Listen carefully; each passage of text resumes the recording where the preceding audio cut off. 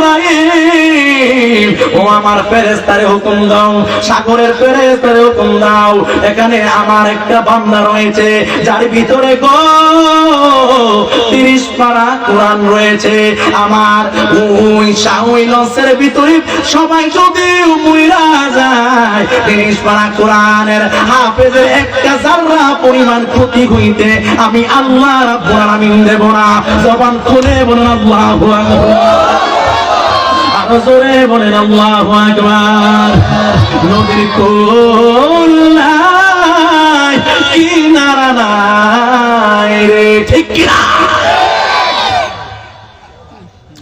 যেই মাত্র সাগরের নিচে লঞ্চ চলে গেল, টুকরা টুকরা হয়ে গেছে, টুকরা টুকরা, একদম একটা মানুষও জীবিত নাই। আল্লাহু আকবার বলেন।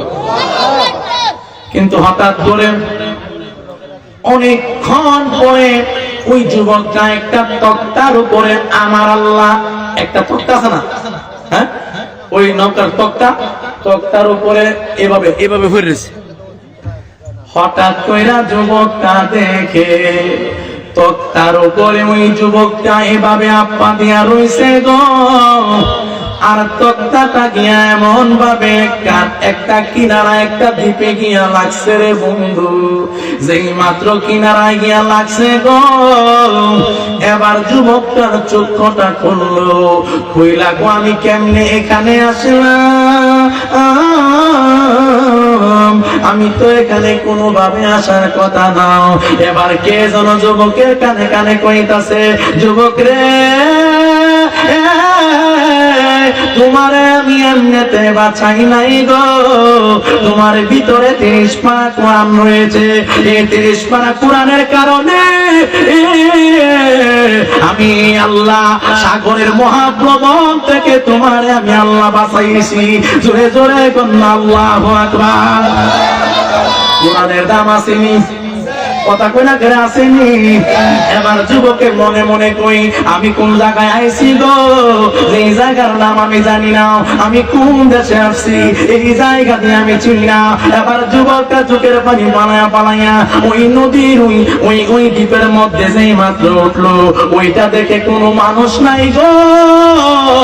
যুবক আমার আল্লাহর জিকির করে, কখনো তোমাকে যদি বলি হেদায়েতের আলো জ্বেলে নিও কাছে তুলি, মারহাবা কোন কি, ক্ষমা করো মা করো ও গো রহমান, তুমি রহমান তুমি মেহেরবান।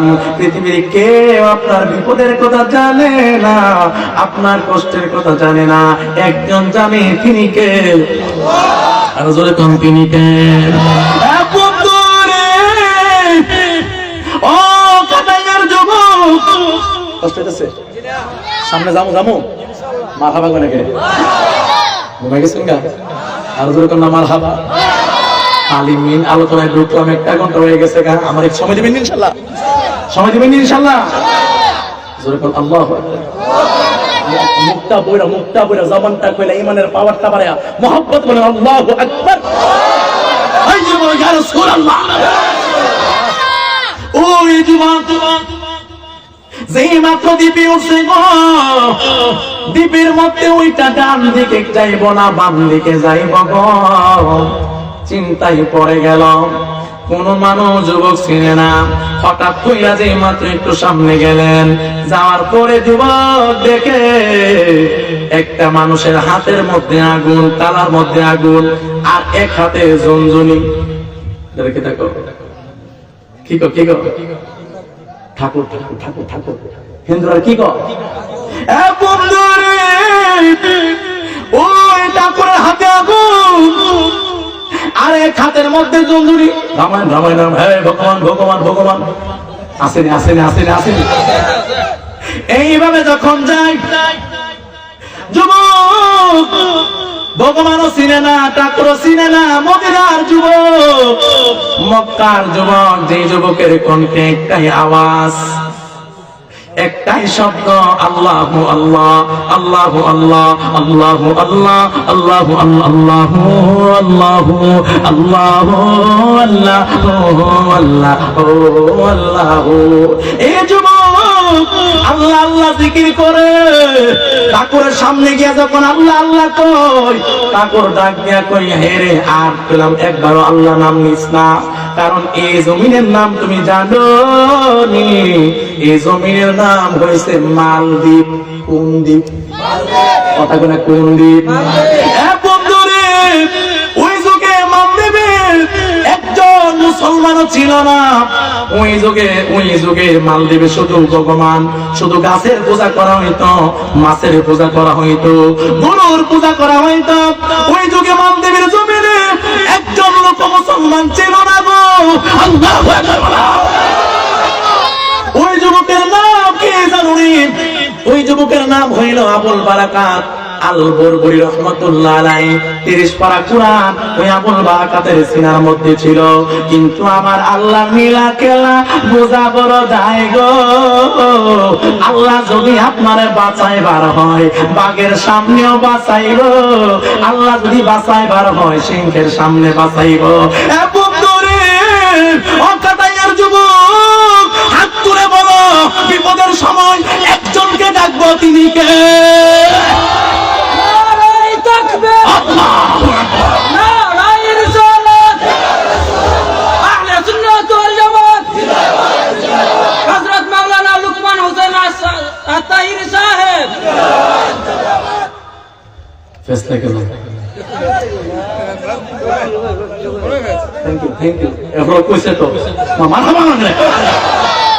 বেহা হোক, সেহা হোক, জোয়ান হোক, বুড়ো হোক, আমার কথা বলা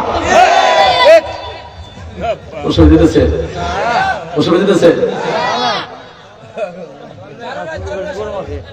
আমি চিনি হুজুর ওয়াজ করতে করতে আপনি মরে যান, আমরা সমস্যা কি? গাড়ি তুলে তুলে দিব লাশ। আমার দৌড় করে আওয়াজটা যে একটা আমার বাবার, যদি আমার ফালা ইচ্ছা মতো শিখছে ওলা, ঠিক আছে তো? যাওয়ার সময় আগে দিবেন নি ইনশাল্লাহ। সুন্দর ইনশাল্লাহ তো মুখ দেওয়ার পর যাওয়ার সামনে বলে যাবো কিন্তু গেছে।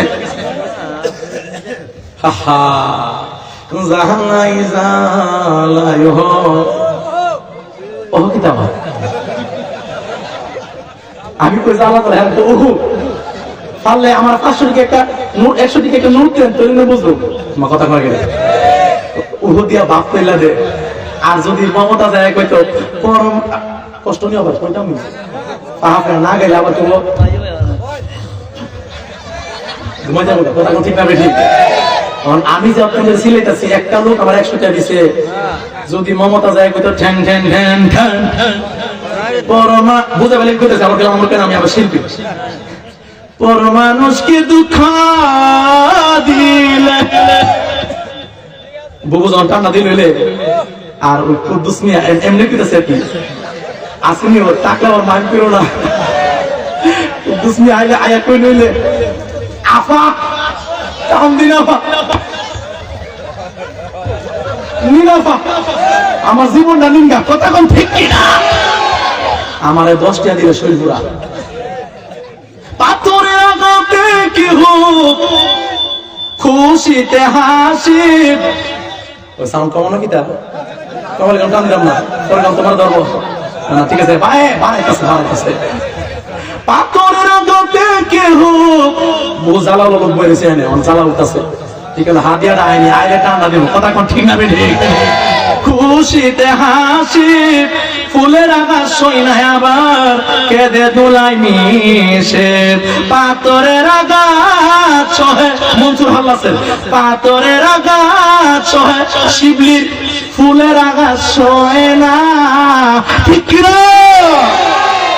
আপন মানুষ দুঃখ দিলি মেনে নেওয়া যায় না। অনতি হাসছে না, মোবাইল ধরে দেখছে। মারহাবা কোন মারহাবা। রাজি আছেন নিও? রাজি আছেন? আল্লাহ কবুল করো। আমি কই না, আমি কোন আমাকে বুঝলেন না, আমি ঠেলা ঠেলে করে দিতাম। হ্যাঁ কারো যখন গাছ থেকে ফাড়ে কাঁচা কারল, এটা যখন মাছ নিজে ধুলা করে লবণ পানি দে, এটা যখন এটার এক মজা। আর গাছ থেকে যখন পাকনা কারল এটা একটা মজা, কথা কোন গেলে বুঝেন না, কথা বুঝেন নাই? আমি কি আমরা টান্ডা ফাইরা ধুলা কইরা লবণ পানি দিয়ে আওয়াজ বাই করুন লাগবো নাকি আমরা আমনে পারিব? আল্লাহ আকবার কোন গেলে আল্লাহ আকবার। কি করে কি করে কি করে ভগবান ভগবান করতেছে, আর এদিক দিয়ে আবুল বারাকাতের জবানে আল্লাহর জিকির। কি খেলা না কেরা খেলাইতেছে? আরে প্রেমের খেলা কেরা খেলাইতেছে? এই প্রেমের খেলা আল্লাহ খেলাইতেছে। আল্লাহ কত তুই জপতে থাক, মনে লাগবে নাকি রে? লঞ্চ ডুববা মানুষ সব মরে গেছে, মরা বাটারা জিন্দা কইরা মাল দিব ফাড়াইছে কেডা? কেডা? আল্লাহ পারেনি, পারেনি। কবরে গেলে চিন্তা করবনি, হিসাব হবে কর্ম অনুসারে। খাতা গোনা যা কইরাছে মাফ কইরা দাও তুমিও আল্লাহ, জনমের পরাবি আমি কোরআনে শুনাছি মাবুদ তুমি অন্তর জামি। কষ্ট হইতেছে? এই কোরআন সিনার মধ্যে থাকলে এই সিনার ভিতরে আগুনে ধরে না, ফানিয়ে ধরে না, কথা কোন ঠিক না ঠিক? আবুল বারাকাতের মুখে আল্লাহ আল্লাহ, আর ওই ঠাকুরের মুখে কারা? ভগবান ভগবান, হরে কৃষ্ণ রাম রাম, কথা কোন ঠিক না ঠিক? এবার রাম রাম ওই ঠাকুর ডাক দেয়, কি কস? আল্লাহ আল্লাহ আল্লাহ লা ইলাহা ইল্লাল্লাহ মুহাম্মাদুর রাসূলুল্লাহ, লা ইলাহা ইল্লাল্লাহ মুহাম্মাদুর রাসূলুল্লাহ। ফাদা দেখা করে লেবো ইয়ান, এটা চলতো না। সুবহানাল্লাহ করে বলা না, আমার সে তো আরবি ভাষা কো, আর মালদ্বীপের ভাষা তো আরেকটা। এখন একজন আরেকজনের ভাষা তো বুঝে না, কিন্তু সে হাতে জিকির করে ভগবান আগুন আগুন ফালায় গিয়ে সে সাদা করছে। তুমি যদি এরকম ভাবে এই শব্দগুলা বলো, তাহলে মালদ্বীপের মানুষ তোমার মারে লেবো, আমি তোমার বাঁচাবো। খেলাকার খেলাকার আল্লাহ পারেনি। একটা সময় বুকে ব্যথা হয়েছে, হাসপাতাল বন্ধ লয়ে গেছে হবিগঞ্জ হাসপাতালে, চিকিৎসা নাই। বাংলায় লয়ে গেছে, চিকিৎসা নাই, ডাকানো লাগলো। এই পর্যন্ত বাঁচারও ক্ষমতা নাই, অবস্থা বেশি, ব্যথা বেশি। ওই মুহূর্তে পৃথিবীর কেউ আমাদের কোন কামে লাগতো না। একজন, তিনি কে? বলো তিনি কে? আল্লাহ ডাক দিয়া আমি তোরে বাঁচাবো, পৃথিবীর কেউ তোরে মারতে পারবে? এবার ওই ভগবান ওই ঠাকুরের ডাক দিয়া এগুলা বইল না, কোন আমার আল্লাহ ছাড়া কেউ নাই, নবী ছাড়া কেউ নাই, আমি মক্কা থেকে আসছি। এত সুন্দর যুবক চেহারা, এত সুন্দর চেহারা, আরবীয় লোক তো, একদম সুন্দর চেহারা। আর আবুল বারাকাত একজন বড় মাপের আল্লাহ উনি ছিলেন। এখন বলতেছি তুমি স্টপ থাকো, তুমি তোমার কাজ নীরবে নীরবে করো, মহব্বতে কোন আল্লাহু আকবার। বন্ধুরে, এবার আবুল বারাকাতকে নিয়ে গেল ওই ঠাকুরের বোনের বাড়িতে। ওই বোনের বাড়িতে যে মাত্র নিয়ে গেলেন, নিয়ে যাওয়ার পরে ওই বোনকে ডাক দিয়া কই, বোন গো, ও বোন, এই যুবকের বাড়ি মক্কায়, এই যুবকটা তোমার বাড়িতে থাকবে। এবার বোনে ডাক দিয়া কই, আমার তো যুবতী একটা মেয়ে আছে, আমার স্বামী নাই, আমার আর ছেলেও নাই, একটা মেয়ে, আমরা একটা করে থাকি। এই যুবক আমাদের ইজ্জতের উপর যদি হামলা করে, এই যুবকের দল একটা কথা মনে রাখবেন, মুসলমান কোনদিন কোন মহিলার ইজ্জতে আঘাত করতে পারে না, কথা কন না ঠিক না বেটি? গভীর মনোযোগ হয়ে যান। ওই যুবক ডাক দিয়ে কয়, ও বাবা, ও আমার মা, আমি মুসলমান, আমার রব হলো আমার আল্লাহ, আমার নবী হইল মুহাম্মদ সাল্লাল্লাহু আলাইহি ওয়াসাল্লাম। আম্মা গো,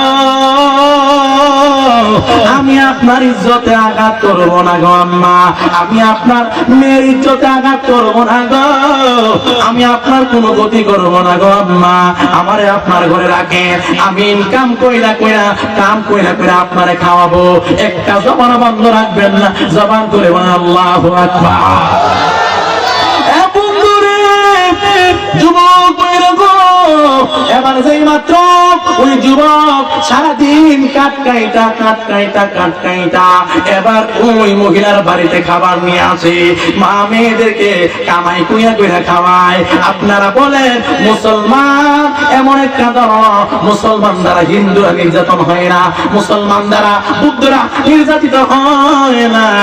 আজকের বাংলাদেশে মুসলমানের মাধ্যমে মুসলমান নির্যাতিত হচ্ছে, কথা কন না ঠিক না বেটি?